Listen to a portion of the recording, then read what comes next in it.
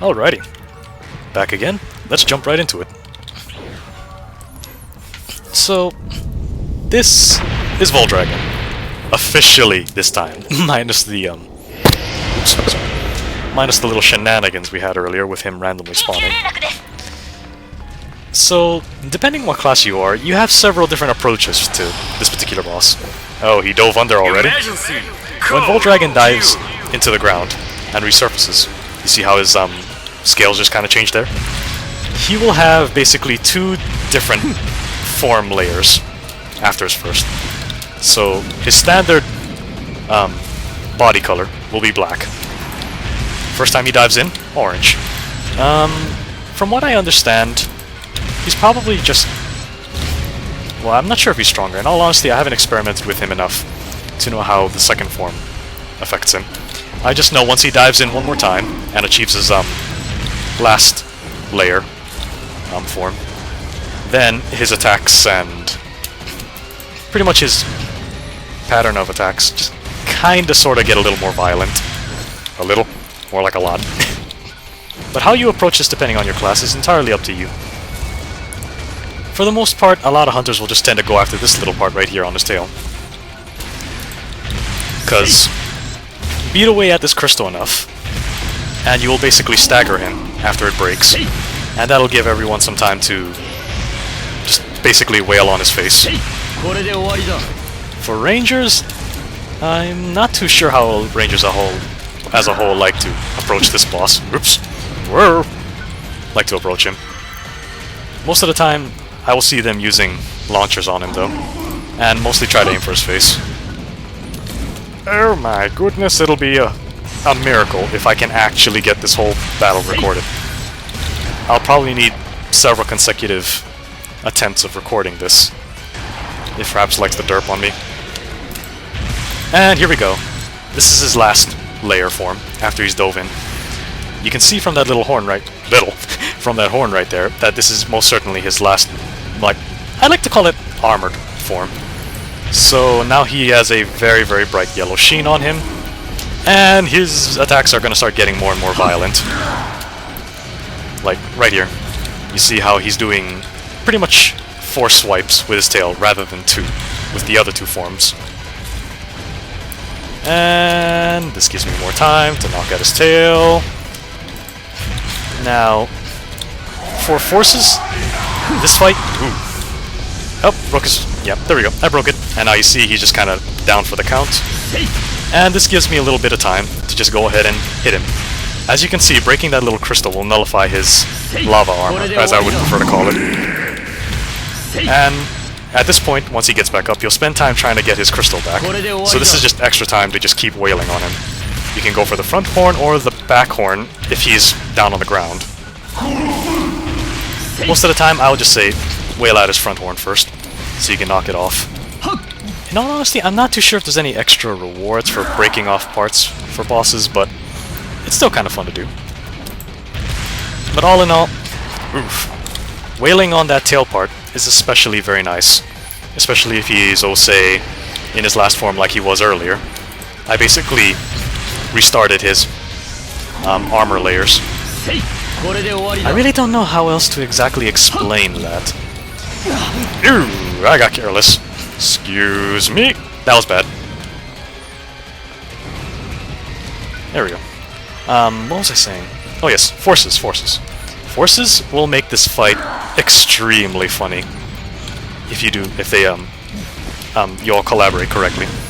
Because basically, if they land enough Barda family spells right on his feet, he will freeze right in place, and he will struggle to try and break free, which gives you plenty of time to wail hell on him. As a result of that, I've had an instance in a party where we had 2 forces, me as a hunter, and 1 ranger. So the forces just kept knocking away at him with Barda spells.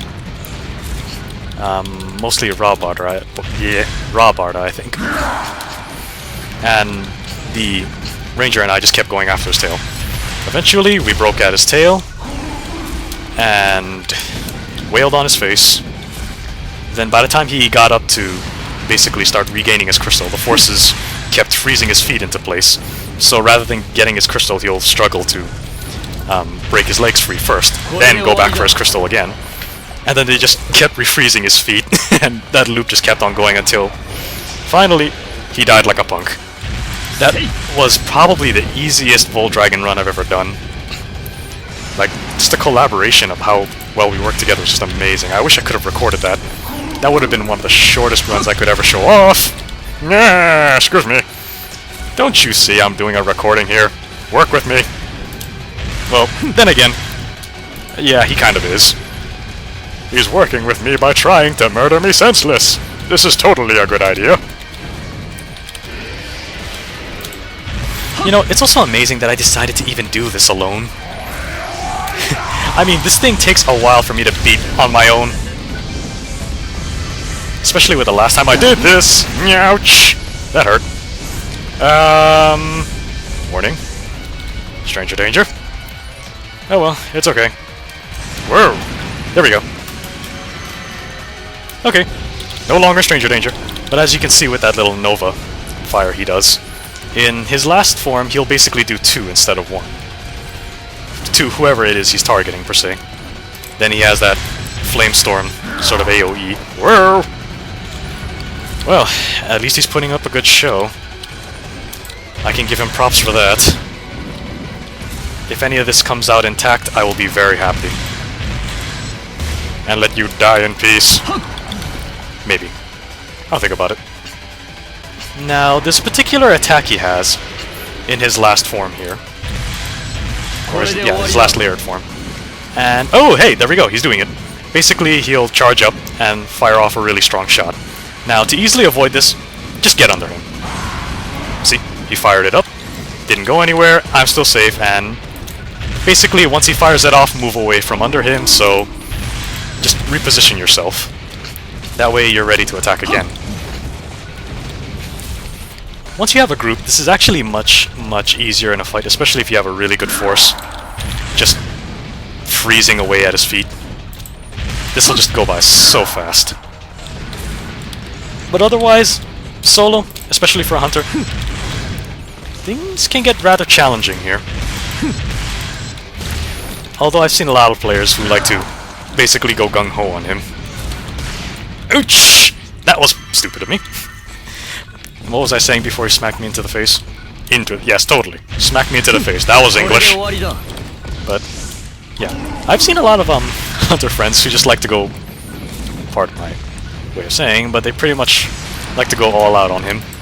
And end up getting themselves murdered, especially when he has his last layer in. You really need to be careful when you're trying to deal with him. So otherwise, standing around at his back is actually a nice place to be. Just make sure you're always at his sides or trying to knock at his tail at all times. And if he's about to attack, like swing his tail at you, just move. You don't have to put too much effort to try and get away. Or without cutting it close. Fighting him near the walls is not a good thing, so let me see if I can try to pull him away. I mean, really. Oh, look at that. He wants to burn me. Fun. Die! Aww. I really have that particular photon art there to help me get some cheap shots in on his tail. Especially if I'm not close enough to try to land a full combo on him. Because with the way he moves, especially if you're soloing, it's going to be hard to get hits on his tail. Especially if he's on an elevated ground like that. Oh. Dude! And sometimes I like to do that. It's also a nice way to get cheap shots on his horn, too. Actually, his horn's a little easier to hit with that particular photon art than anything else. So one would like to say to maybe use that on his horn. And it does a very sizable amount of damage, too. Although, with my current build, I really need to stop getting super reckless with some of my hits. Because I'm using Fury stance, so any damage I take will hurt pretty much more than it would normally do. And he's digging again, so there goes his next layer on him. Here we go. Here we go. There we go, see that? That nullified his lava armor. And I'm just gonna go ahead and wail on him. With the support ladies who tend to talk on the side. Most of the times, when you see their chat box appear, it's either because the boss has gone into a sort of like rage mode, or they're basically almost dead. I don't know which one it is in this case, because in all honesty, this particular boss doesn't exactly have a rage mode per se, unlike the other two that are out in the open beta. He just has different forms, and I would consider his last form to be the most deadly, for the most part. It's the closest thing to a rage mode he's got. Otherwise, let's hope that this battle is almost done. As I figured, doing this fight solo takes a while. Oh, yep. He's spawned some of his minions. So he's getting close. I wonder if I can hit him with this. Go! Go, my minion! Now you're running the wrong way! Wow. I wonder if it hit him at all. That's just too funny. Go, my minion! Now you're going the wrong way! That's the problem with the photon blasters too. Since there's a lot of smaller mobs, apparently my horsey decided it wanted to go after the smaller mobs instead. That was just too stupid for me. Then again, when my buddy Lost Chain sees this, I'm sure he's gonna laugh his ass off. I just know. When he sees this, he's gonna laugh. Or at least that particular part anyway.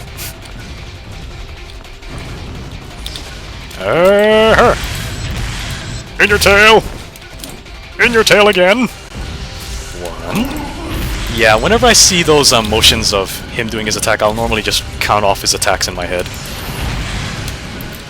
I do not know how to time that one, but this is definitely one of those good times to get in free hits. Mine the lava. Also, yeah, it is a good idea to mine the lava. You don't want to burn in it. Of course. Maybe one of these times I'll try to see if I can get a recording in with a party. Because this will go by much faster if I had some buddies to help me out. And plus this fight is just all kinds of fun when you got more people around. Let's see, something to go over. Oh yes, when going into a boss portal, there's this sort of modifier most of the time. So, in this guy's case, when I spawned in with just me, it was just him, and there weren't any additional spawns until he got to his later, like, HP count. If I were to go in with, oh, say, 2 or more people altogether, then there would already be other enemies spawning on the field along with the boss. Since this is a big boss, there's no like multiple versions of him. He's a full-fledged boss. With the other two bosses, the Rock Bear and the Catadram, and of course most people would like to call him the Sand Lion, bug boss for the desert. They're more like mid-bosses in its own right, so you will fight multiple numbers of that particular boss when you go in with more than one person. At most I've seen like 3 total, but 2 can be on the field at a time for the fight. And anticlimactic ending! Sorry folks, but it appears Fraps had managed to derp off on me in the middle of finishing up that fight. And while I have had tried to re-record that fight at least 7 other times, Fraps has pretty much derped off on me on each one of those occasions, so as of now, I've decided, forget it, we'll just end off the video at or about here. I am very tired of looking at that dragon already. So, just here relaxing in. As of recording this last part, we're getting in closer and closer to the end of the open beta and its times. So, what's next to look forward to is the full release. Whenever that is, of course. I must say though, all in all, this has been one hell of an experience in all honesty. Just playing this game in its open beta stages. This has really been quite a blast, all in all. I very much enjoyed it. And really, I'm most certainly looking forward to the full release later on in time. I'll most certainly be around. Other than that, let's just say we end it off right about here. This is Seraph Tears, relaxing in the... You get it. Just see you later, folks.